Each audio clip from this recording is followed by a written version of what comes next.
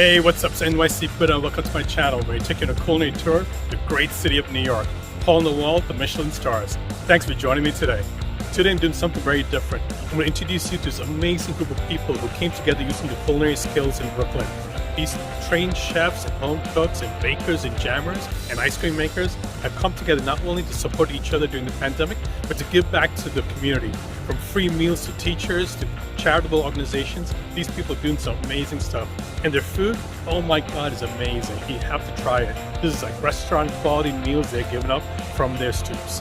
From Park Slope to Gravesend, from Dyker Heights to Kensington. These are the makers of Brooklyn.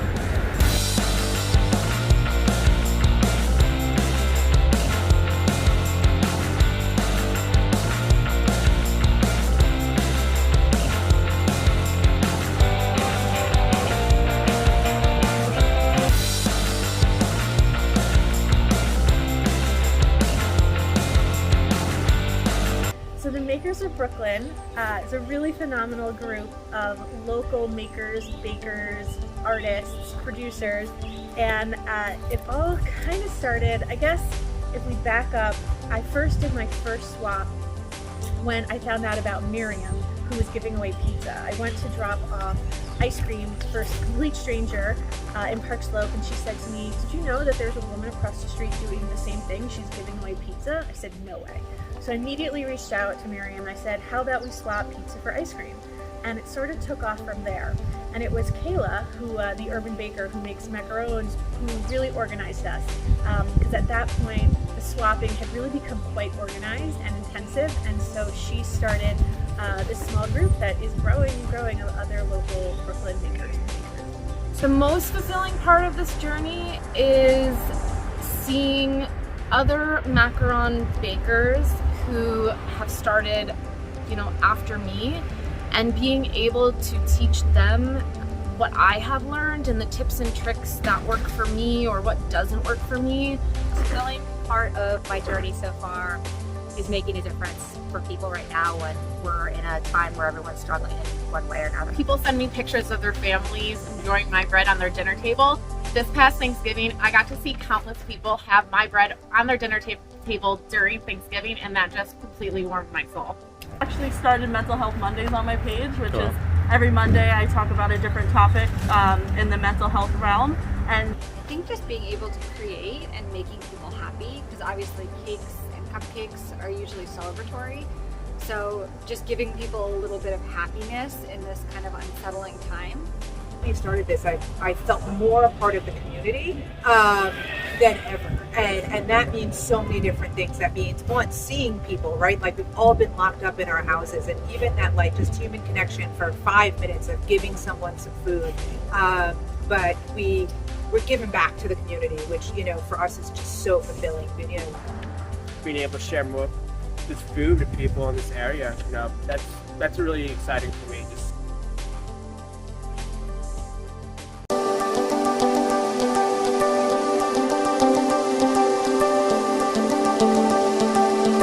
The Erdenbaker kind of came to fruition after I was furloughed from my hotel job in May. Baking has been something that I've always been really, really passionate about. I went to Syracuse University for hotel and restaurant management, where I took a lot of cooking classes. And it kind of stemmed from there, my love for baking. When I moved to New York City in 2010, I attempted to sell cake balls and cookies to friends and family.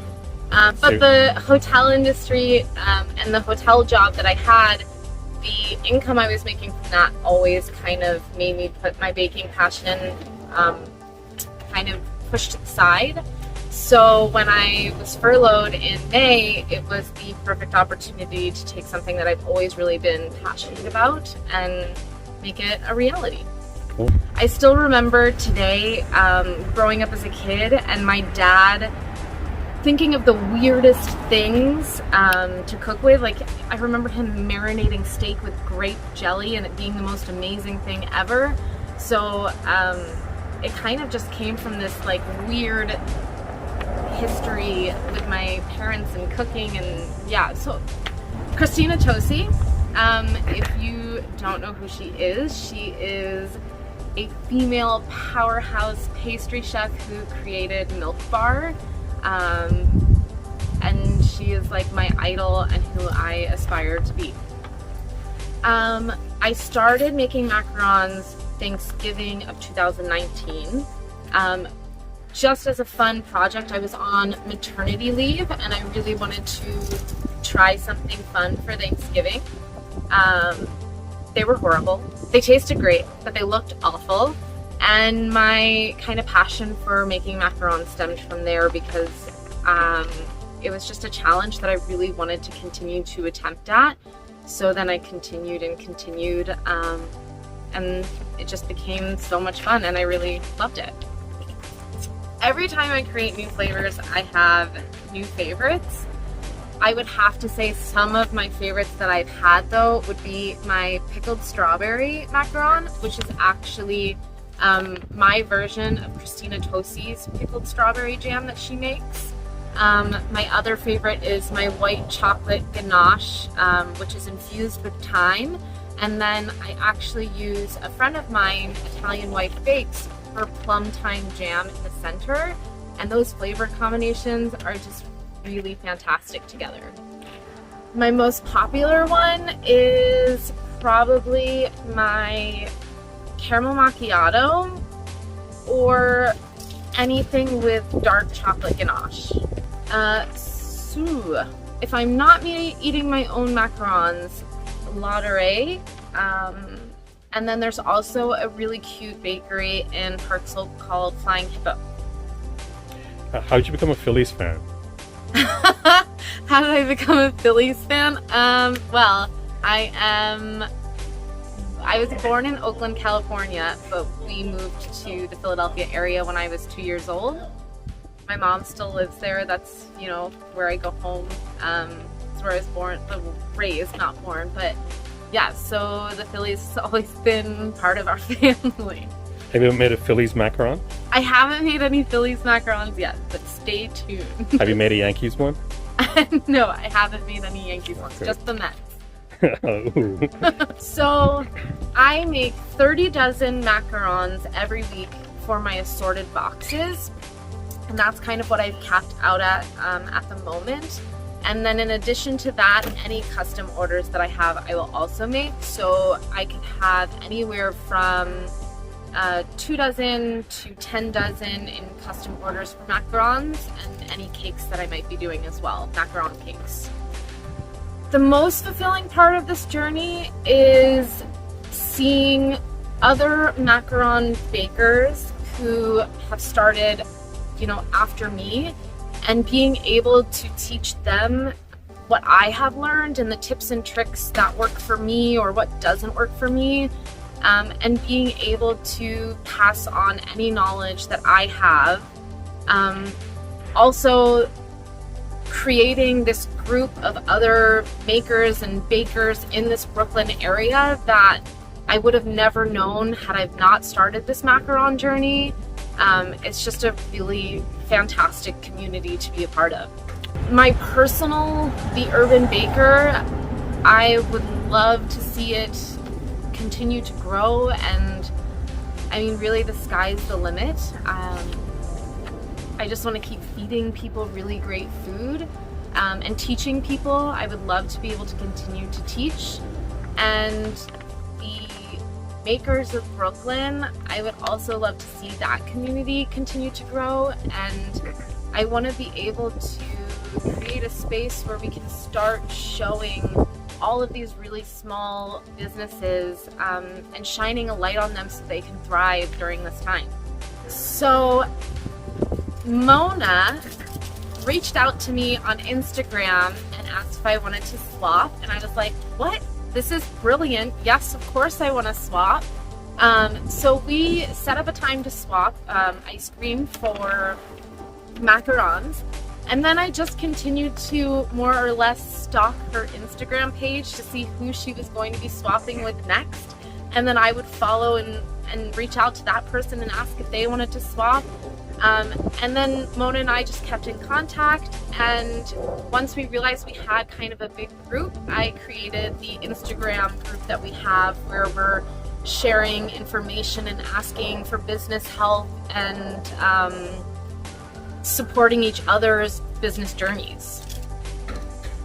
I mean, COVID has affected every group and every community. We have this group of, I think there's about 20 of us now, and only a few of us have really met in person, not even really seen each other's full faces. So a lot of it is all happening online and behind the phone. And when I started this macaron journey, I was actually very, very skeptical that it wouldn't go anywhere because of COVID.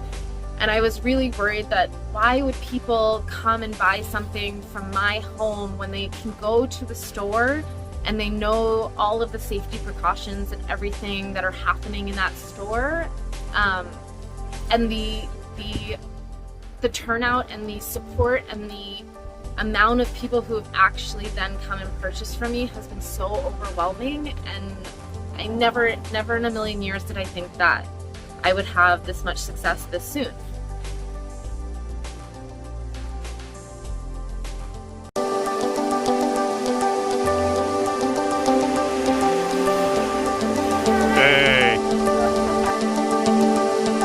Does that report? Originally I was just kind of, talking about pizza, and then it became this thing where I started baking pizza.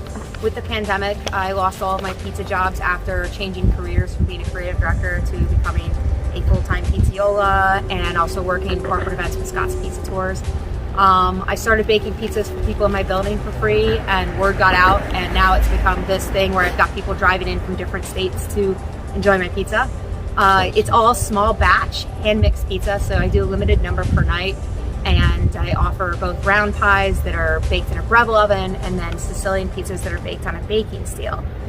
So right now my round pies are about a week wait. The Sicilian pizzas on average are about a month wait.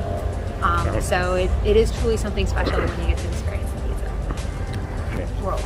I got into the culinary world when I was born on May 19th, 1980. You're May 19th? Huh? May 19th. I'm May 19th too. Oh my goodness, that is amazing!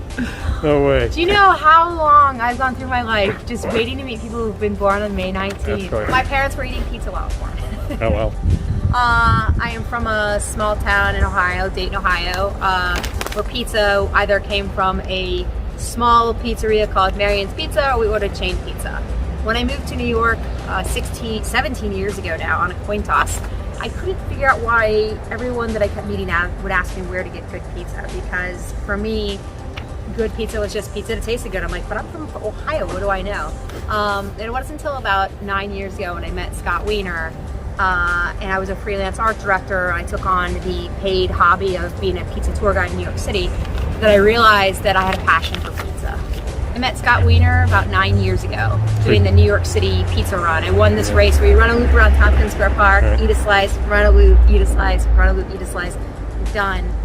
The first year I won, they gave tickets to Scott's Pizza Tours, but they didn't give it to the female winner. So I came back the following year, won the tickets, and then launched this entire career of giving professional tours in New York City and teaching people a complete education history of pizza from Europe all the way over to North America. Oh. Who inspires me in the industry? There are so many people. There are many women in pizza that inspire me. Laura Meyer is one person who really inspires me. Audrey Jane, Georgia Capruscia, some of the guys that inspire me, Paulie G's, you have Tommy at Sophia Pizza Shop, Alberto with Forza Pizza in Chicago. So there are so many people that inspire me in different ways. It's hard to just pinpoint one person. And there are all these Instagram bakers. Uncle Frank's Backyard is one of the guys. A guy named Rich, who's Dough and Behold, another person that really inspires me in pizza. So it's a huge smorgasbord, so to speak. What is my favorite pizza I make? Okay. Oh, tough question. I mean, I'm gonna be a traditionalist and say margarita, because it really embodies the love, the flavor, and the flair with the ingredients that are used. Whenever I go into any pizzeria, I always order their basic pizza, because that's gonna tell the story. So I'll take a margherita pizza and I'll put arugula on top with fresh shaved Parma prosciutto, and it's magical. Then there's Sicilian, totally different. It's like brother and sister. My regular Sicilian is my favorite. The Michael Jordan pie is another Sicilian that's become incredibly popular. Right now there's about a month wait to get both of those pies. What's a Michael Jordan? Is that the MJ? Yeah, the Michael Jordan is the MJ pie, which it takes 23 hours to make. It's 23 inches in total dimension. And it is basically, it's a 4-inch by 18-inch pan, so it's really tall. It's a red top, and then it comes with a vintage Michael Jordan Valentine that is 31 years old with a special note on it. But it's a butter crust, and then it has caramelized sharp cheddar cheese all around the outside of it. And I only bake 2 of those per night because I can't reuse the pans because the pies have to be chiseled out in order to cut them and serve them. The most popular pies, I have my Michael Jordan pie, which is Sicilian, and then would come the margherita with pepperoni and my Hawaiian pizza. Hawaiian pizza is unique because I bring salami in from a company called Izzo in Columbus, Ohio. So I bring the love of Ohio into New York. Right. And then I use my famous pickled jalapeno pineapple. And I'm able to convert everybody that hates pineapple on pizza. They'll try my pineapple like, I had no idea it could be that good. So it's really fun also to throw that pineapple on my mystery pies, which are pretty popular. Cool. There's a slice shop on 21st and 5th Avenue called Luigi's. Okay. It's one of those places you have to go up and order a slice and experience it. But there are other places that I love to go to. I love Keste downtown is a really great pizzeria. There are too many. There's Weeded out in Ditmas, another one that I love. Soto Casa, Sam's on Port Street. So he's actually closed right now. When he reopens, another great one to try. But there are just too many to name. Yeah, okay. It's New York City. This is true. So everybody's got an opinion, right? Who's the best pizza? Most fulfilling part of my journey so far is making a difference for people right now when we're in a time where everyone's struggling in one way or another. So people who are unemployed, or people who are first responders, or anyone that's just having a tough day, I give them free pizza. So, and the best part is that when they order 1 free pizza, I give them 2 so they have an extra meal to take home at night. How many pizzas do I make in a week? Probably between 100 150 pizzas. My goal is I have 2 different goals in one idea.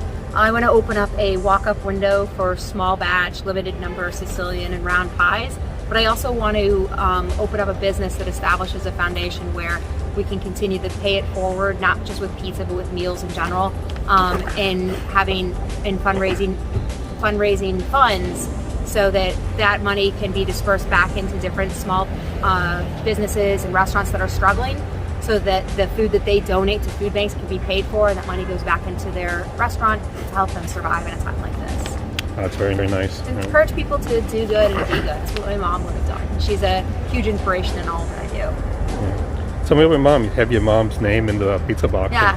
So every pizza box has a for mom in it, and the reason why is my mom was my biggest fan of pizza. But she was one of the people who actually contracted COVID and passed away in August. So I never got to have her try my pizza, but I always say that like each pie is it's like a beat of her heart. So a lot of all of this that I'm doing is to sort of honor my mom's memory, and it's what she would have done in a time of need. She's the kind of person who would drive around before Rosh Hashanah and give out 200 bottles of honey to ensure that everyone had a sweet New Year. So in a way, I guess I'm walking in the footsteps of my mother by giving out pizza to help people that are in need. Oh, the Makers of Brooklyn. We are a small, quickly growing into a large group of different food enthusiasts, bakers, chefs. No. It's all good. That's good. It's perfect. It's a New York thing. Keep going. It's good. It's more real. Yeah. We're a group of bakers and chefs that are cooking meals in our homes to give out to people. Some people are selling them, but while we are out of work or having to pivot and create a new occupation in life, we're finding our way in a tough world right now.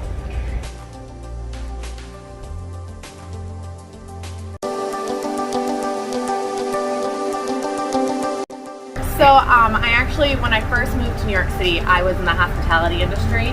And when I decided to kind of switch and shift my career, I decided to pursue a career in corporate America, where I had to take a heavy decrease in pay So I had a lot less money and a lot more time on my hands. Okay. So I decided I wanted to learn something new.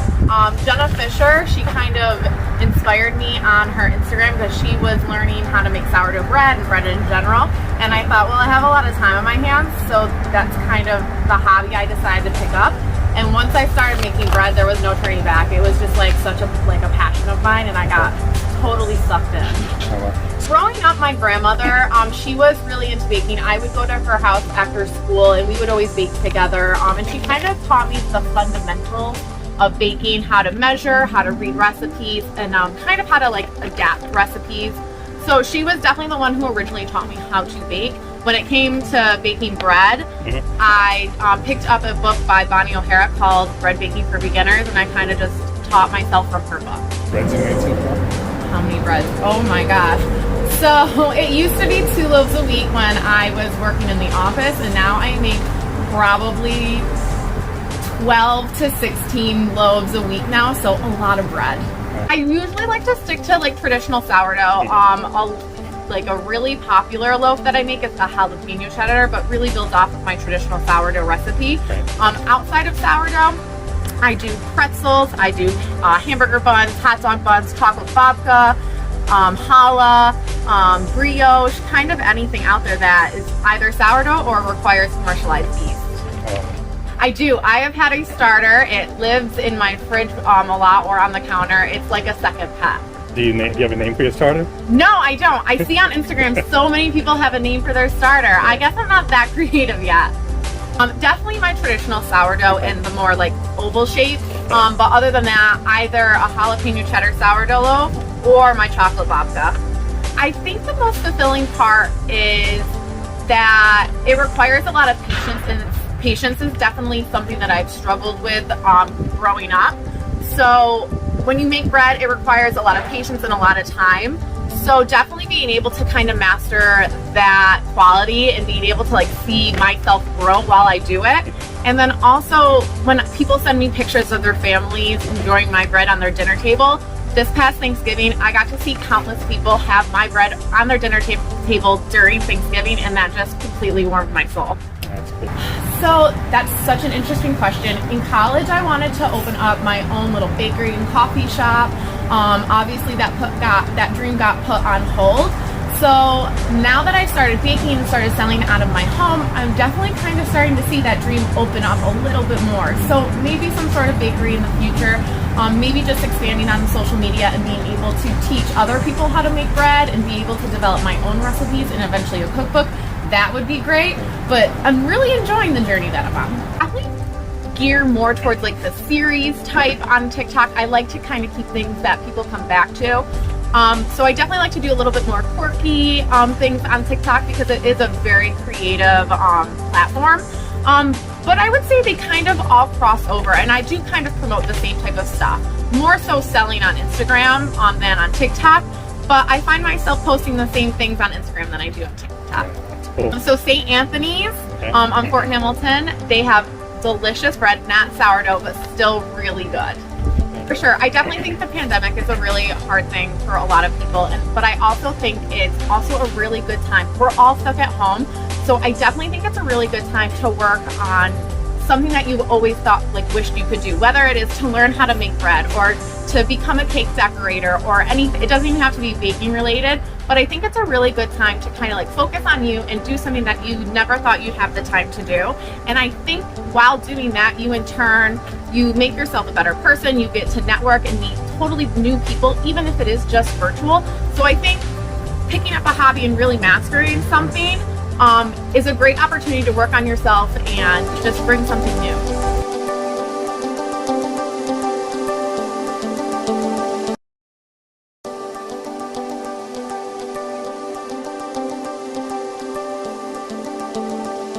Yeah, so we started Butch now in October. It's been kind of a dream of ours for a while now, for mine. I literally have a day job in corporate America, and when we could travel, I used to do a ton of travel.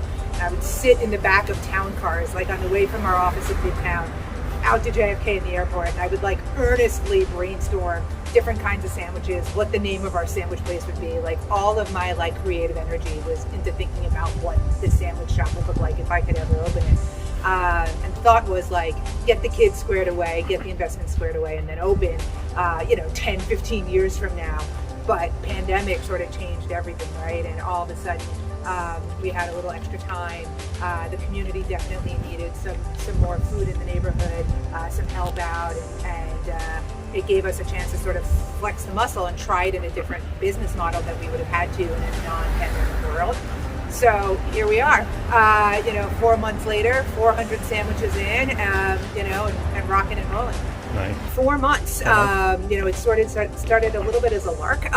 We thought we'd be just feeding friends, generous friends who were happy to order from us. And, we sort of said, we'll keep doing this until it's not fun anymore or we start losing a lot of money. And neither of those things have happened. So we're just going to continue to grow. So I trained at the Institute of Culinary Education way back in 2005, worked in some kitchens back in the day, and also private chefed for a while for actually a family of doctors right here in Park Slope. But then left, the culinary world, went into the corporate world for a long time, and, cooking has always been a passion of mine. Sandwiches, definitely a passion of mine.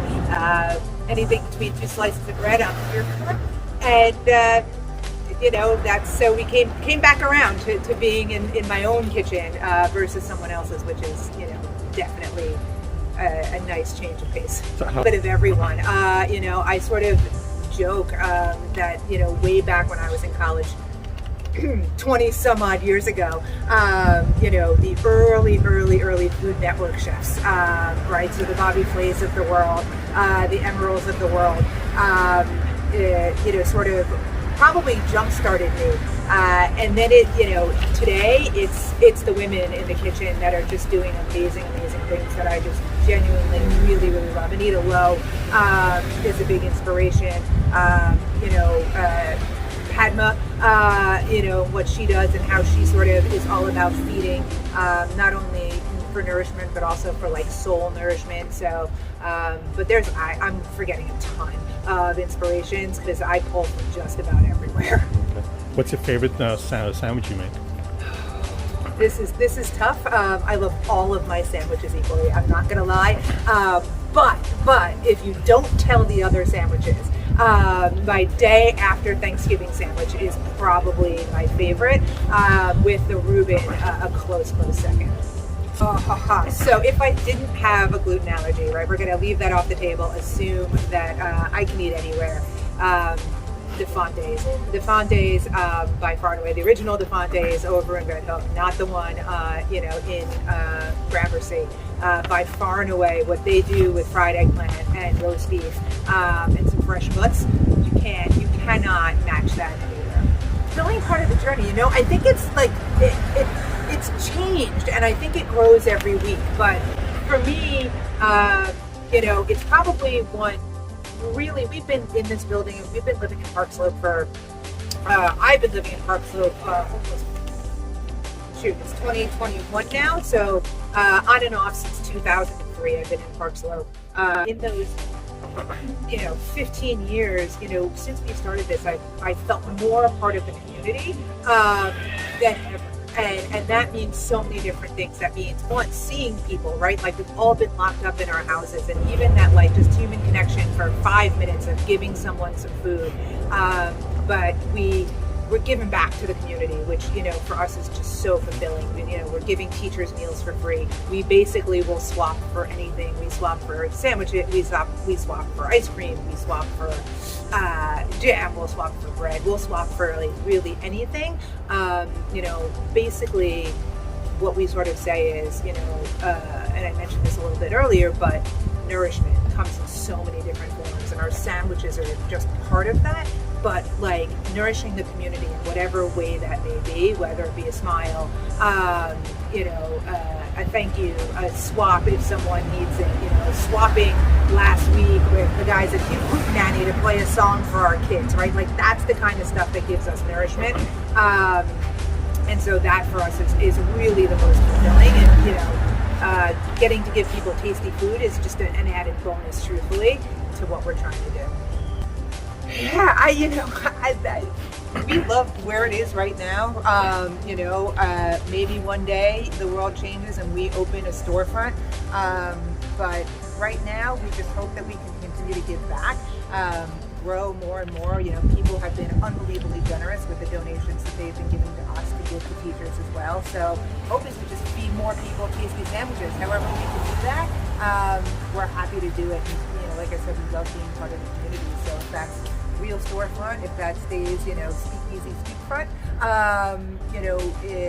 we're open. It's just a matter of keeping people, happy and fed. I mean, I'm making sandwiches. What are you doing? I have a day job still. I'm running in the park. You can find me doing, miles and miles every week in the park, or baking with the kids. So in a past life, I was actually a 6th grade math and science teacher over in Cypress Hill. One of the things that we sort of have noticed, generally as teachers, probably some of the most underrated members of any community, right? They do so much and generally sort of always get the shaft, but especially since the pandemic, right? Our teachers have been on the front lines. They've been on Zooms, they've been in buildings, they've been back on Zooms, they've been back in buildings, trying to teach children, through video conferencing and being in the building a couple of days a week and just through it all. We just wanted to support them a little bit more, and the makers have been probably one of the best parts of doing this. So I met Kayla Erdenbaker. You don't get more community than this story, I feel like. I was working the polls on election day. Kayla came in, was handing out samples of her macaron to poll workers as a thank you for what we were doing. And I just started chatting with her about her business model, what she was doing, how she was starting it up. Tasted the macaron later that day and couldn't get it out of my head, and was just like, these are just super delicious, and they're gluten-free, and gluten-free is a big part of what we do as a chef who has celiacs, right? Like, it's really important to me that people get good gluten-free sandwiches, and that, like, it's impossible to find, especially here in Park Slope, which has been sort of a sandwich wasteland overall. But gluten-free sandwiches, forget it. Everyone's sort of lazy about the bread. They don't take the time. So I, pinged Kayla, and I was like, listen, can't get your macarons out of my head. Love to order them, be able to sell them to my customers as sort of a dessert, as an add-on. Would you be interested? And she was like, absolutely. And also, I'm part of this group of other folks who are doing similar things, trying to get businesses off the ground, makers and bakers and ice cream makers, all in Brooklyn. Would you like to join? And I was like, absolutely. And we have all become such a huge community, and they are such a support system.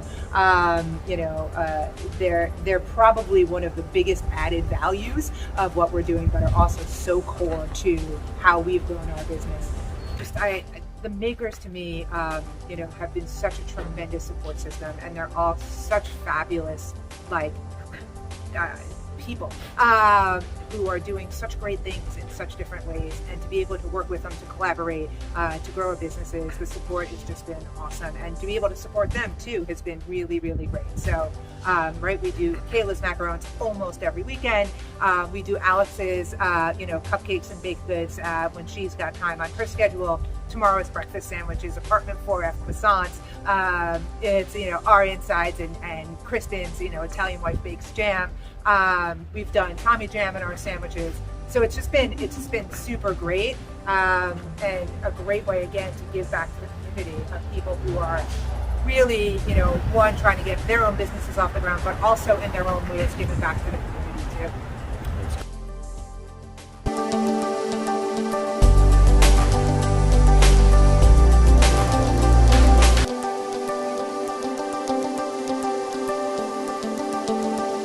Hey Mona, do you scream for ice cream? I always scream for ice cream. All right. It was all an accident, as I'm sure all great ideas come from accidents. I was gifted a KitchenAid ice cream attachment about 3 or 4 years ago, and have been making ice cream for friends and family ever since. And then when the pandemic hit, I found myself with a little bit of extra time, and my freezer was filling up really fast, faster than I could consume the ice cream. So I decided to very safely drive around Brooklyn and drop off pints of ice cream for friends, family, neighbors, no contact, and there was no traffic, so I made my way around Brooklyn with ease. And all of a sudden, people started messaging me on Instagram. They had seen these random ice cream drop-offs. I was calling them ding dong ditch ice cream because there really was no human interaction, and they were requesting ice cream. So next thing I knew, I was dropping off ice cream for complete total strangers. And that's how Miss Mona Makes Ice Cream got started. Self-trained, but mostly because I have eaten enough ice cream to probably feed a small army. I have quite a collection of ice cream books, literature, textbooks, and I've also tried to surround myself with legit ice cream makers who I have just a text or DM or message away. Cool. I guess I feel that I want to make ice cream that I can't just buy in a store.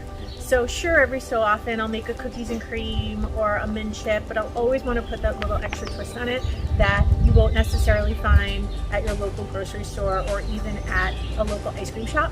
So that's how most of my flavors really come to be. They also are inspired by my community, people around me. Just today, I had somebody on Instagram reach out and suggest that I make ice cream with one of those 7-layer magic bar treats. And so it's really a community effort. That's like asking somebody their favorite child. I have a few that stand out from this summer. I think one of them was this basil pistachio brittle that I made from basil right here in my garden. And I don't often make flavors more than once or twice, and I found myself making them about maybe 4 times. I hate to admit this, but I would say people usually fall into 3 camps. There are the cookies and cream lovers, there are the mint chip lovers, and there are the cookie dough lovers. And then every so often you might get a 4th that squeaks in there of coffee lovers, but for the most part, people are pretty predictable.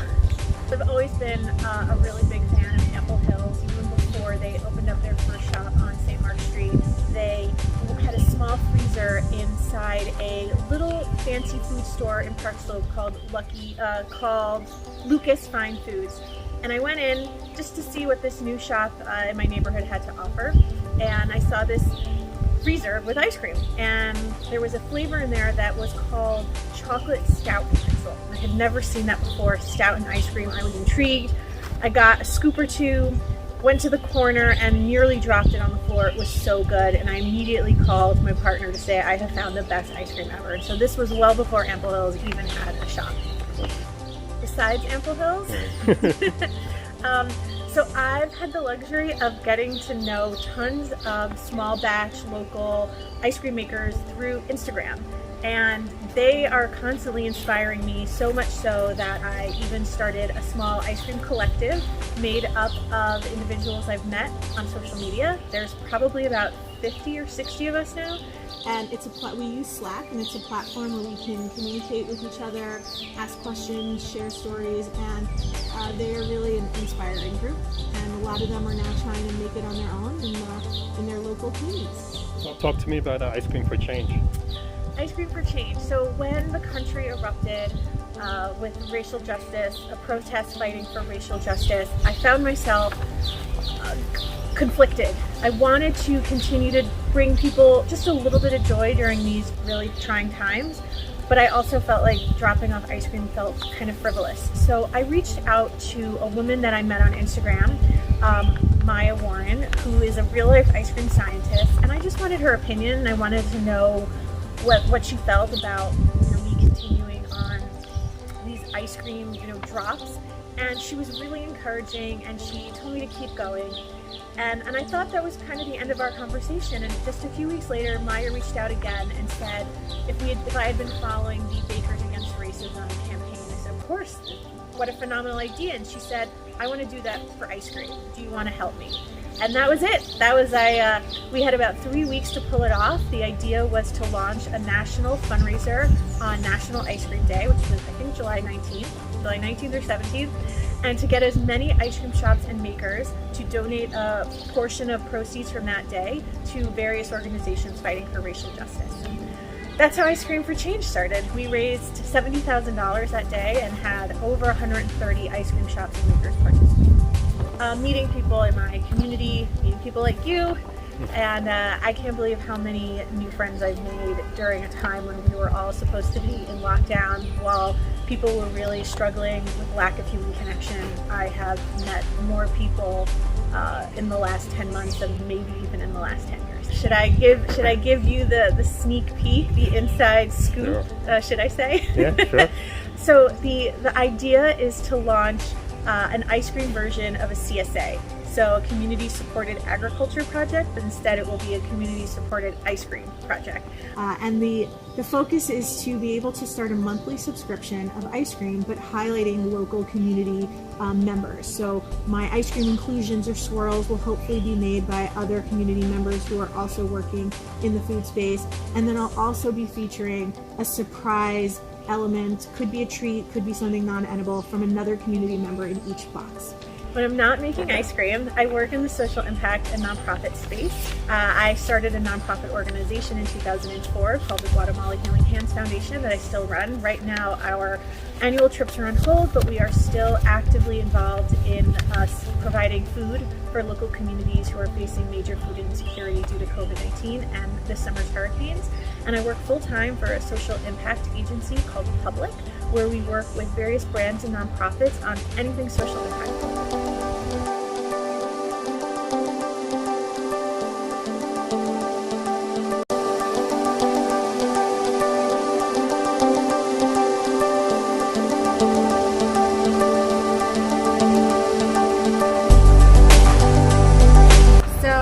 Started in the pandemic. I got laid off as a fashion designer, and obviously it's a very creative job. I got to be hands-on, create and design things, and I've always been into food, so I just kind of merged the two, my passion for food, and I get to design the cakes and cupcakes, which is my favorite part of the decorating.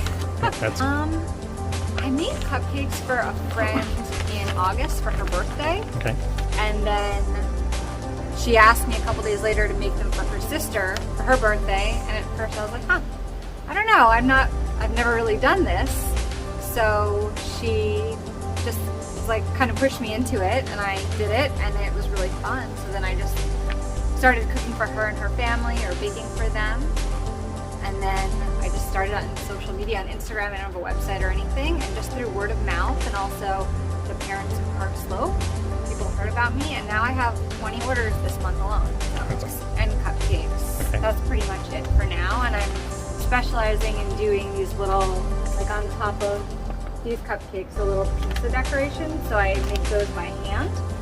So just learning how to do that has kind of opened up a whole new world, because I can do any kind of decoration made out of the same royal icing, just dried.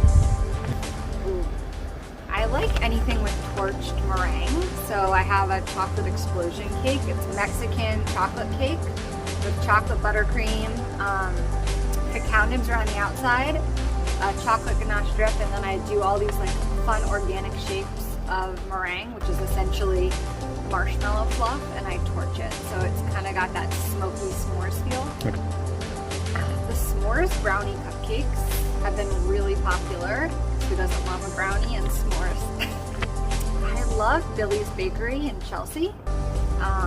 That's where we had our wedding cupcakes from. We didn't have a cake, we had cupcakes. Just a classic chocolate with vanilla is always my favorite.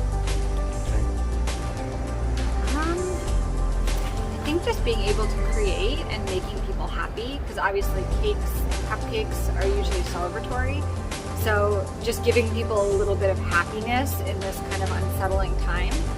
I'm actually hoping this becomes a real full-time job, you know.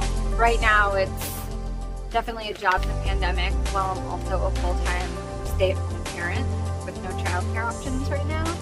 So once things settle and he goes to school, hoping this is my full-time focus. So I basically look at designing a cake as I would. So I used to be an intimate apparel designer, so I design bras, panties, and sleepwear. So I kind of look at it in the same way. I talk to the customers, get an idea of what they're interested in, and then I make a design sheet. So the same way I would design clothing, just pulling different tears of inspiration, whether it's a color story or textures, and I kind of incorporate them all into one, and I really plan them all out. So all of my designs are planned out, usually over the course of like a month, a week, as long as I have to make it, and I, you know, make the little components along the way, like these pizza sprinkles. I, you know, made those earlier in the week, and I definitely planned everything out very strategically to make sure it was the most aesthetically pleasing design. A lot of people on Instagram, one of my favorite cake designers is Amanda Faber. She won the Great American Baking Show. She is amazing. Her book is wonderful. It's a lot of, she's also a painter, so an artist, and she uses just a lot of organic shapes, and she, you know, doesn't work within the lines and doesn't do anything traditional.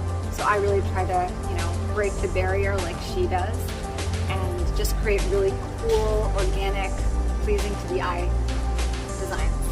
Oh my god, the Makers of Brooklyn. I got invited to this group by Mona over the summer, and it's just been amazing. This whole community here, I've actually made really close friends that I see a few times a week, outdoors, masked, obviously.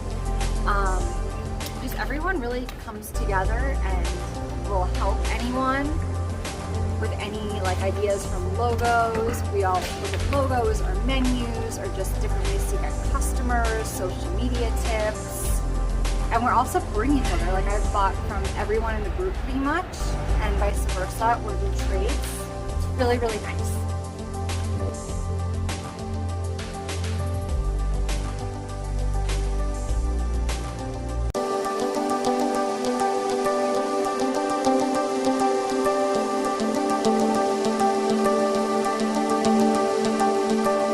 I started baking when I was really young with my grandma.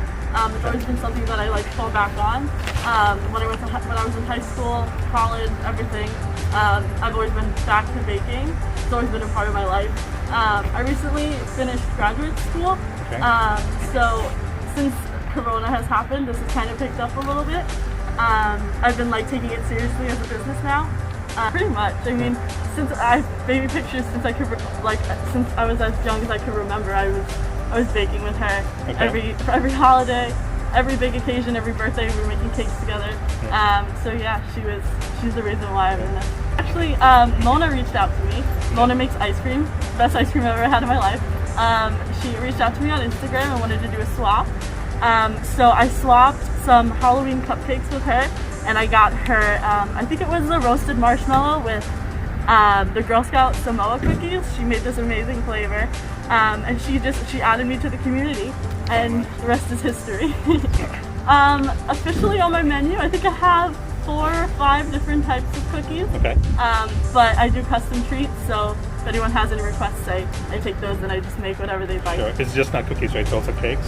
Yeah, so I do cookies, brownies, cakes, cupcakes, custom cupcakes. Yep. My chocolate chunk cookies are my favorite. It's taken me 3 years to perfect my recipe. Oh yeah? What's it again? The chocolate what? It's actually brown butter chocolate chunk cookies. Oh wow, okay. Yeah. Do you have a favorite cookie spot in the city? I love insomnia cookies. Just kind of like a guilty pleasure of mine. The Linzer tarts. The Linzer tarts? Definitely, okay. Yeah. Cool. So a week, I would say, since I offer a lot of different things, it's not so much necessarily that I make like a lot of one thing. Sure. So I'd say maybe like 2 dozen cookies, 2 dozen cupcakes, maybe a cake here and there, but it's definitely just a combination of everything. So in the future, I mean, I finished my graduate degree in social work, so I'm definitely seeing a future in combining the two, whether it be, I actually started Mental Health Mondays on my page, which is every Monday I talk about a different topic in the mental health realm, and I just share like informative posts, open conversation about the topics with my followers, and yeah, so in the long run, I think I'd like to continue that definitely, and maybe combine the two in terms of like doing baking classes and group therapy maybe, because I know like for me in my personal life, like my relationship with food has definitely improved since I've started baking, so I could see how that could be like a benefit to a lot of people. in continuing as a business, but also combining my two passions. Okay. Yeah. So right now I'm doing this full time. I just graduated in May of last year. Now it's 2020.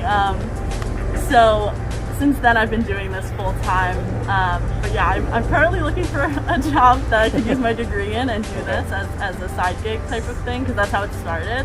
Since I was in school, I really couldn't take this on full time. This will actually be on my Valentine's Day menu. Can the camera see? Yeah, lift it up. Yeah, lift it up. Oh my gosh, it's gonna slide away. So these are on my Valentine's Day menu, and yeah. Awesome. You have the pleasure of trying them before anyone else does. Cool.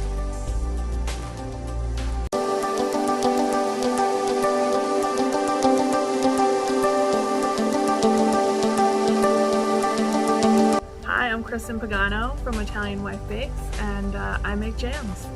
I initially started over the summer. I really enjoy baking Christmas cookies, and so I started an Instagram to do Christmas cookies, and just to make extra money at Christmas time. So I figured, oh, I'll start in the summer, and I posted a jam, and the jam everybody wanted jam, and that's kind of how I got started in making jam, going from Christmas cookies to making jam. And that's kind of where the Italian Wife Bakes came from. Okay. Assume Italian? My husband is Italian, Okay. and that kind of became a funny story between him and I. Whenever I made something Italian, I would be like, see, I am a good Italian wife. I don't know, I actually had a friend who has her own jam business in California, and she is the one who kind of inspired me to make my own jam. I was always kind of afraid of it and afraid of canning, and she walked me through it and kind of inspired me to get started and do it myself. I make all small batch jam, so one batch of jam only makes like either about 3 to 10 jars of jam. Okay. So a week I probably make maybe 25-30 jams. My favorite jam right now, I would say, is the vanilla blueberry. Okay. Every week it changes as I make new jams. Last week it was the lemon saffron, the Meyer lemon saffron. I really like artisanal jams. I like different flavor jams. There's a place in Pennsylvania, Kitchen Kettle Village, which I like to go there and get their jams. Okay. So pre-pandemic, we used to go there a couple times a year. Okay. I'd have to go with the plum thyme, I think. Okay. That one became really popular. Just having something for myself with a 1.5-year-old during a pandemic where you don't go out at all. You spend a lot of time at home alone with your child, so this is kind of my outlet. So I first met Kayla, who kind of started the Makers of Brooklyn, and she started using my jams in her macarons, which really kind of got me a lot of business, and her encouragement in the business and introducing me to people around. And it's been a really fun journey. It's gotten, I've gained a lot of new friendships from it, and it's just been really fun to have an outlet of people that are supportive of you and your business and willing to use your products and willing to get your products out there to other people. Okay. I really like doing it from home and just having it kind of a small business for myself. Right. I don't think I'd want to grow much more than that, but I love being part of the Brooklyn community and providing for the Brooklyn community. And most of my profits go to supporting other Brooklyn businesses. So that's kind of how I like to keep it, just small and run from my house.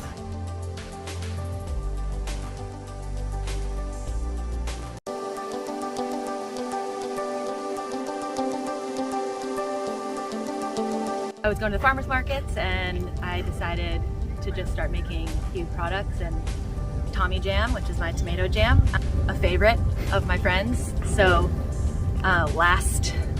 basically a year ago now, I decided I wanted to try and do something outside of the kitchen, see if I can have a business of my own. And I started selling Tommy Jam just to friends and family, and that's how I got started. I wish that it was like after someone. One of my friends recently named their baby Tommy, and she was like, is it after my child? And I said no. I love personifying everything I do, so when I was making the tomato jam, I just wrote Tommy on the lids of the jars and it became Tommy Jam.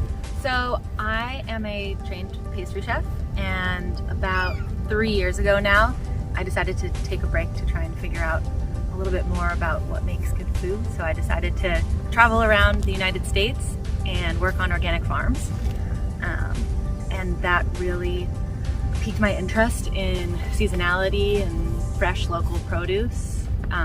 And as a trained pastry chef, I then wanted to figure out how I can kind of incorporate local products and produce.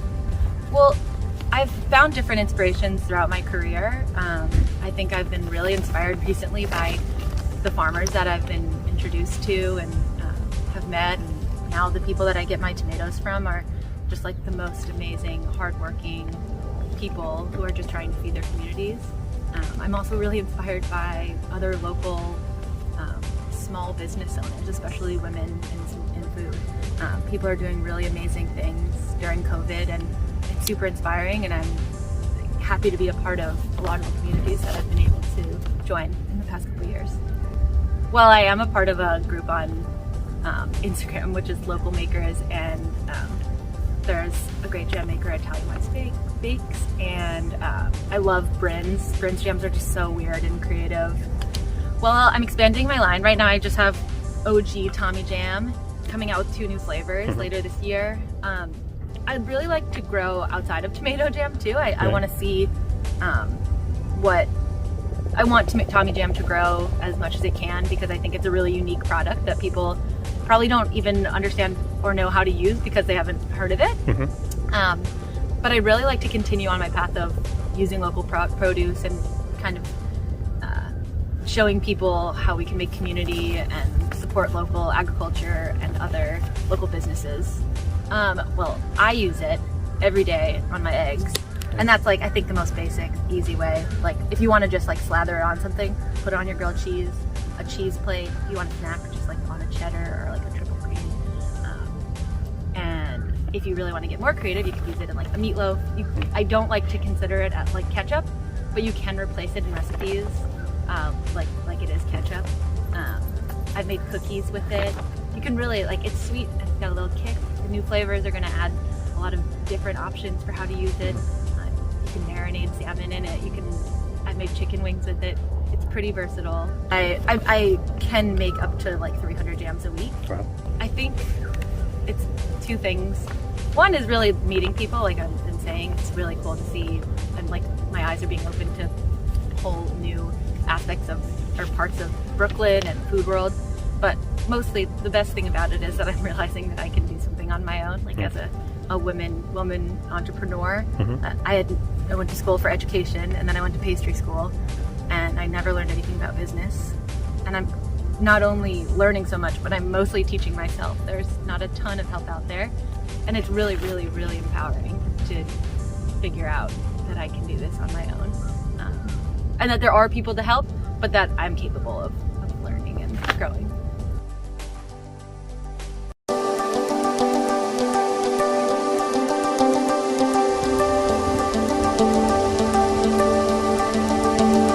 So Ruth, do you scream for ice cream?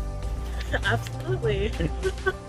So I had just recently gotten married in India, and we went there in February. There's a Indian restaurant there called Indian Accent, and they have a location here in New York as well. Their food is phenomenal. And then after I had the Valentine's Day dinner with my husband, on our taxi ride home, I was so inspired by my meal that I came up with flavors on our taxi ride home. I wrote it down all on my phone, and the name Bharat was just, it was the first thing that hit me. I try to rotate the menu every month at least, but every week there are 5 flavors available. Ryan and Jackie, the founders of Amble Hills Creamery, Morgenstern's for sure, and strangely, probably not so strange, but Nigella Lawson for sure. Currently the Nutty, that's the honey, peanut, and pecan base with salted caramel swirl with garam masala biscuit cookies. The most popular flavor is the Bride. It's inspired by ras malai, a traditional Indian dessert. It's made up of chenna, which is like a milk solid. You keep forcing until it becomes like cheese and bouncy texture. It has a lot of pistachio. I go to my friends, Miss Mona, Brooklyn Pints. It's better to try everyone else's and, get inspired a little. This journey has been a lot of ups and downs. I don't have a background in business, so there were a lot of learning curves. But one of the most beautiful things that came from this journey was meeting a bunch of home bakers, homemakers, pizza, like Miriam from Zavraport, and even Italian wife bakes and Kayla from the Urban Baker. The makers of Brooklyn mean a lot to me. Without them, I would definitely feel more lonely in this process. We love to share fun ideas with each other, and when you have a friend on your side and a great support system, it makes the journey much more fun to go through. I wish I could do more with the charitable organizations, but Chinatown was one of the communities in New York that was hit much early on, before the rest of New York. So when Send Chinatown Love made it their mission to help every small business that they can, I wanted to do my part because Chinatown was a huge part of my childhood, and that's all I can do. But during the summer we had the Black Lives Matter movement, and Mona from Miss Mona Makes Ice Cream made ice cream for change, and in such a short amount of time she was able to gather so many ice cream makers to take part of this movement and donate to any organization of their choice in support of Black Lives Matter, and I was really happy to be able to take part of that. I want to make sure that one day some kid is going to say and grow up to say that they ate raw ice cream during their childhood and it was really important to them. If I can make a kid smile and remember that raw ice cream was part of their childhood, I think I've done my job.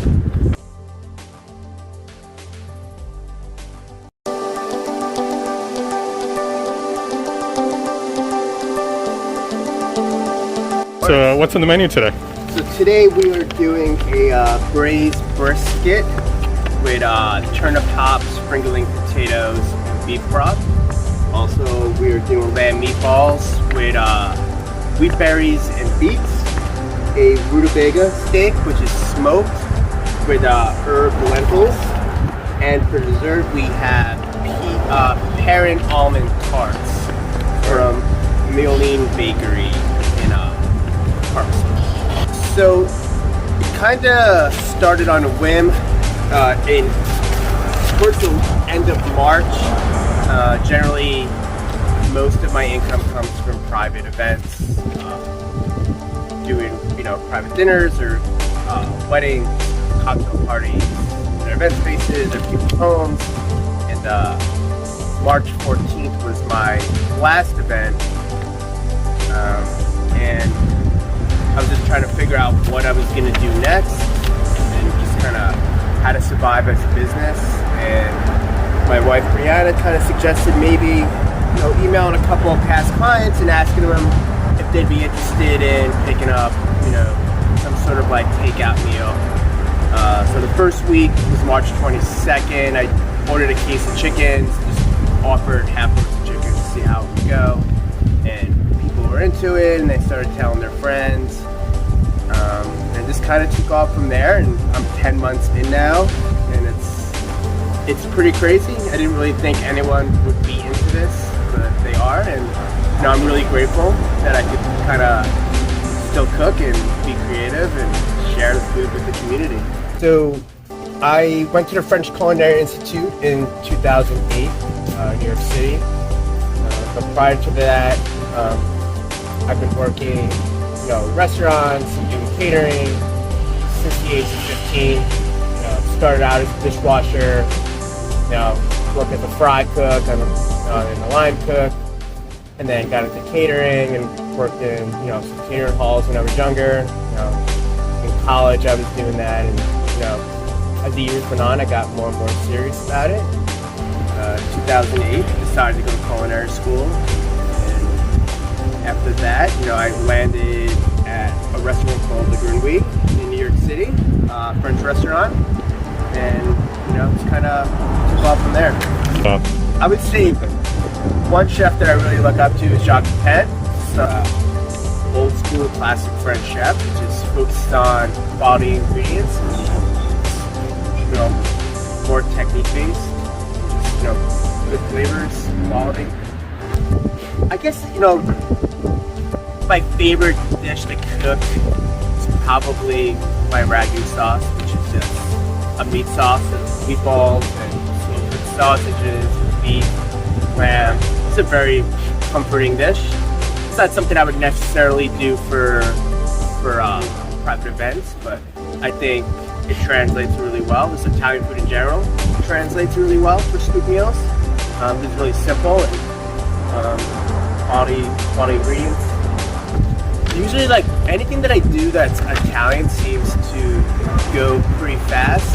If I do like lasagna or a gnocchi dish, they seem to go pretty quickly. Risottos, anything that's like comfort, people seem to be into it. My favorite place to go in this area would be Blueprint, which is a cocktail bar that has small bites. People are there great, the service is great.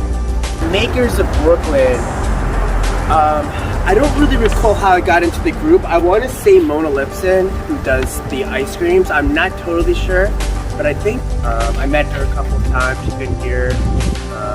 Then I met Miriam over at Report, other makers just like throughout the area. We just kind of started a group and just trying to collaborate and just help one another out, which is great.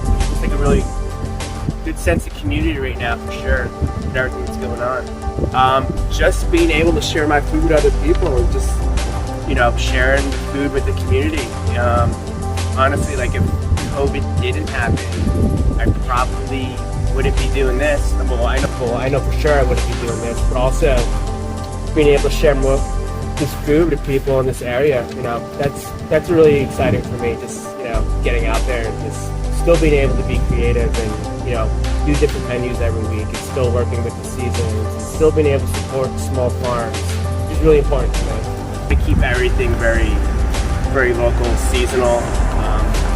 That's what my food's really about, is just working with the season, seeing what kind of vegetables are around and then creating a dish out of that.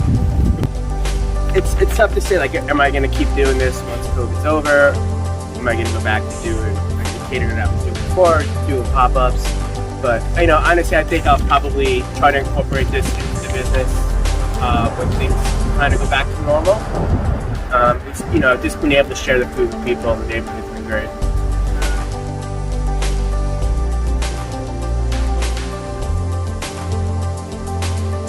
Hey, thanks for watching today, and please support the makers of Brooklyn. The information is below. Please follow them on Instagram and TikTok and YouTube. Thank you. And as I like to say to everyone, it's all about the love. Be kind to others, remember to smile, and you never know what kind of a difference you can make in somebody's day with just a tiny, small, good gesture. As I like to say, have a slice day.